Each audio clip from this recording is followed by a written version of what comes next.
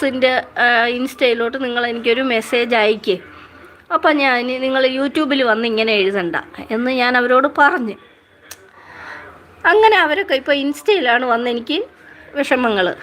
അപ്പോൾ ഇന്നലെ എവിടുത്തെ ഒരു കുട്ടിയാണോ സൗരഭ, ഇന്നലെ ഒരു സൗരഭ എന്ന് പറയുന്ന കുട്ടി,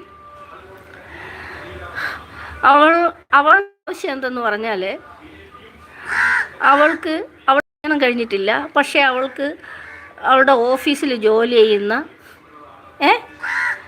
നിവേദ് എന്ന് പറയുന്ന പയ്യന്, അവന് ഭാര്യയും 2 മക്കളും ഉണ്ട്. പക്ഷേ അവൾക്ക് അവനോട് ഭയങ്കര സ്നേഹം.